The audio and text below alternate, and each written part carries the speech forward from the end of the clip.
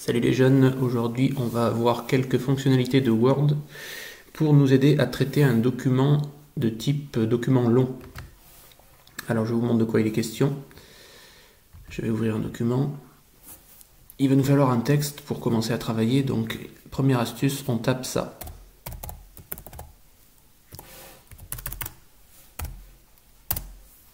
Et voilà. Là, ça nous a généré un texte qui fait 10 pages. Donc pour notre cours, c'est largement suffisant. Alors je reviens au début. Pour l'instant, on a un texte qui ne ressemble pas à grand chose. Il va falloir changer la police, la mettre en justifié, mettre une page de titre, peut-être insérer une photo, faire un sommaire automatique, mettre en tête et pied de page le numéro de la page sur le numéro de la page totale, et puis travailler avec les styles pour pouvoir changer les titres plus facilement. Et puis on fera aussi du remplacement de certaines choses. Alors, premièrement, là, si on a un texte long et qu'on veut changer la police, il faut déjà utiliser ceci. On sélectionne tout et on passe par exemple en police Calibri. Voilà, bon ça c'est facile. Ensuite, vous voyez que les lignes ne finissent pas toutes au même niveau. Donc, pour faire plus joli, je mets justifié ici. Et vous voyez que là, tout est bien aligné. Voilà, bon après, vous pouvez changer la taille de la police, ça je pense que vous savez déjà faire. Pour l'instant, on a un document qui ne ressemble pas à grand chose. En général, quand on a un document long, on a des titres ou des sous-titres. Alors là, je vais prendre des lignes au hasard. Les lignes qui sont en solo, qui ne font pas partie d'un paragraphe. Imaginons que ça, c'est un titre. Alors, je vais juste le mettre en rouge. Je vais en mettre plusieurs.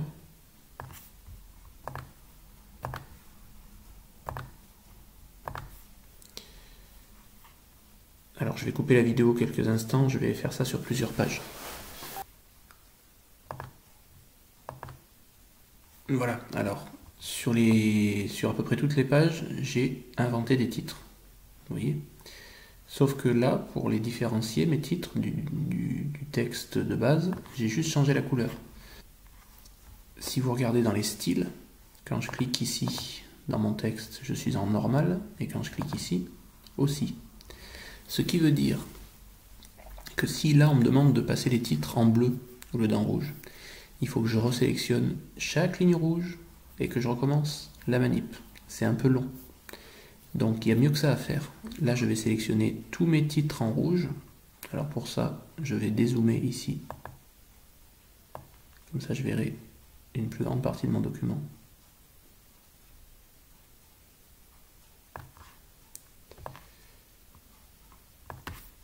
Je vais les sélectionner mes lignes rouges, donc j'appuie sur CTRL.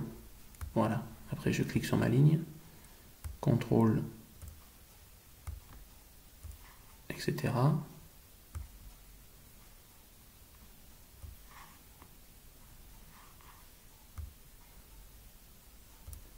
Bon, je vais le faire sur 3 pages, puis je recommencerai l'opération. Ces lignes-là, je les bascule en titre 1. Je clique ici. Je vais faire pareil pour le reste. Donc là, j'ai sélectionné tous les titres que je voulais, je les ai basculés en style titre 1. Ce qui me permet de faire la chose suivante maintenant. Je clique sur titre 1, je fais clic droit, modifier.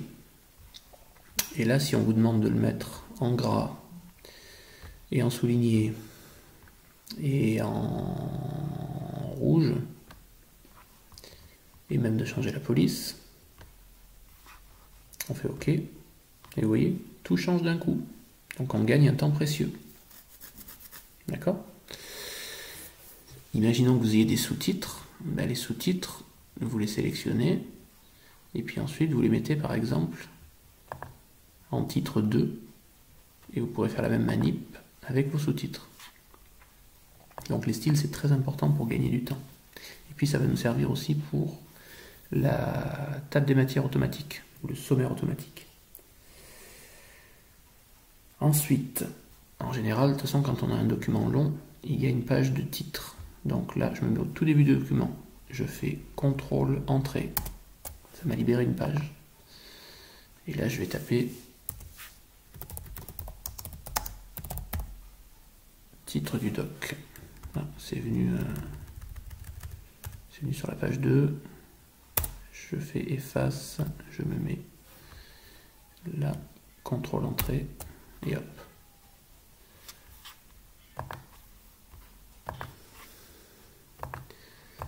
Alors un titre en général on le met en gros, donc on sélectionne. Voilà, on va le centrer. 11 entrées par exemple. On peut lui mettre de l'effet. Ici là avec cette lettre qui est en surbrillance. Voilà par exemple bleu dégradé avec un petit reflet, un petit effet miroir. Voilà. Donc pour changer de page, pour ajouter une page, CTRL Entrée. Voilà. Là, on va pouvoir faire le sommaire automatique. Alors, on vient dans Références. Ici, table des matières, table automatique, la première. Et en fait, vous voyez que il s'est servi des titres qui sont en rouge pour vous faire la table des matières. Donc après, c'est à vérifier, parce que des fois, il y a des petites... il y a une ligne qui saute, ou voilà. Ça, vous pouvez très bien modifier la police si ça ne vous convient pas. Vous revenez sur Accueil. Voilà, on peut la mettre plus grande. Pas trop quand même. Voilà. Si... voilà, on peut dissocier un peu le titre. Table des matières, on peut le grossir un petit peu, ou le mettre en gras. Voilà.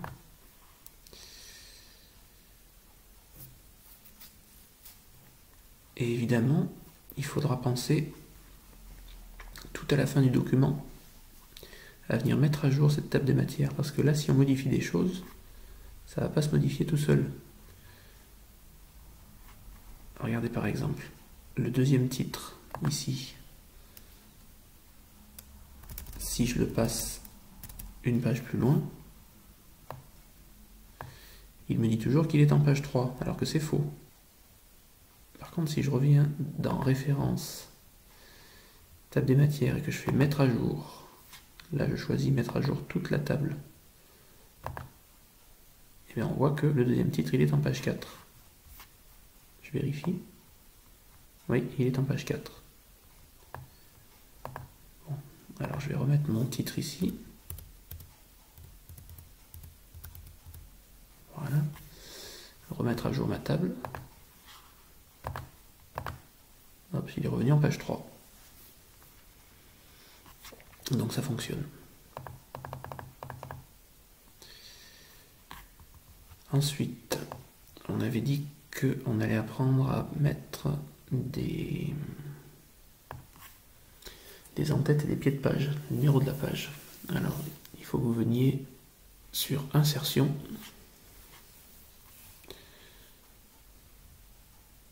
Alors, si je veux le numéro de la page, j'ai quelque chose ici. Les numéros de page, je les veux en bas de la page, et là j'ai plein de styles différents. En fait, c'est surtout les formes qui diffèrent, et puis l'emplacement. Est-ce qu'on le met au milieu, à droite ou à gauche? Un truc pas mal, ça peut être de mettre, je crois que c'est tout à la fin, voilà. Celui-là, là. On a la page actuelle et le nombre total de pages. Vous voyez, là on sait que le document fait 13 pages et qu'on est à la page 3. Voilà, je double-clique pour revenir dans mon document et pas être sur le pied de page. On peut aussi vouloir mettre une en-tête. Les en-têtes, c'est en haut de la page. Donc pareil, insertion, en-tête.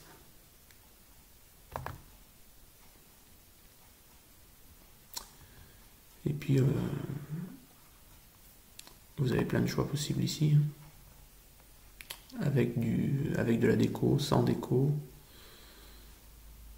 Il y a plein de choses possibles. Et on peut mettre une en-tête vide et taper nous-mêmes ce qu'on veut mettre.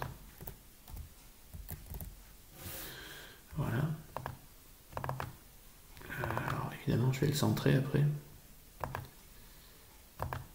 Voilà, ça fait plus joli. Petit problème, je vais avoir un en-tête sur ma page de titre. Et j'ai aussi le nom de page sur ma page de titre. Ça fait quand même pas très chouette. Donc il y a une astuce. Je clique sur modifier l'en-tête. Et j'ai tout un menu en fait. Et je dis première page différente. Je clique ça. Et normalement, on va aller vérifier. J'ai perdu l'en-tête sur le titre. Et j'ai perdu le pied de page. Donc c'est ce que je voulais. Ensuite, si je veux insérer une image quelque part, c'est tout à fait possible. Par exemple ici, je veux qu'il y ait une image entre la fin de ce paragraphe et celui-là. Donc je me mets ici, ou alors je me mets sur une ligne vide. Tout simplement insertion. Et là vous pouvez insérer des images, des tableaux, des morceaux de tableau Excel. Alors après, si l'image est dans votre ordi, ça sera là, cet appareil. Si l'image vous l'avez récupérée d'internet, comme je vous ai appris à le faire, vous ferez un simple copier-coller. Là, en imaginant que l'image soit dans l'appareil, je fais cet appareil. Et puis après, il faut connaître l'emplacement de votre image. Donc là, j'en ai plusieurs. La première fera bien l'affaire. Et mon image arrive comme ça.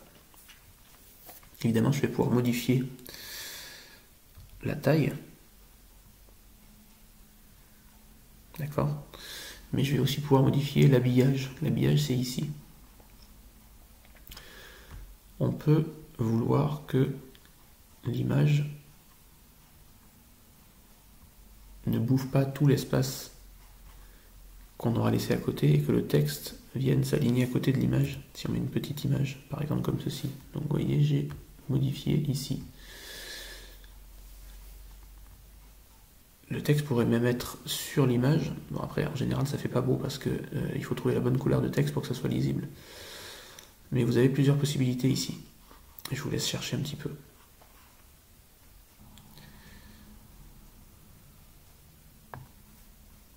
Je vais mettre le mot ici, calanque. Je disparais. Et là, si je veux retrouver le mot calanque, au milieu de tout ça, ça va être compliqué.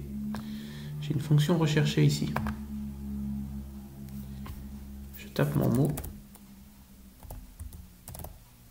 Et il me le retrouve. Donc si je vous dis, juste à côté de calanque, insérez-moi une image, mais plutôt que de lire le document qui fait 13 pages, vous faites la fonction recherche, vous trouvez le mot, et ensuite vous avez l'emplacement. C'est quand même très très très pratique.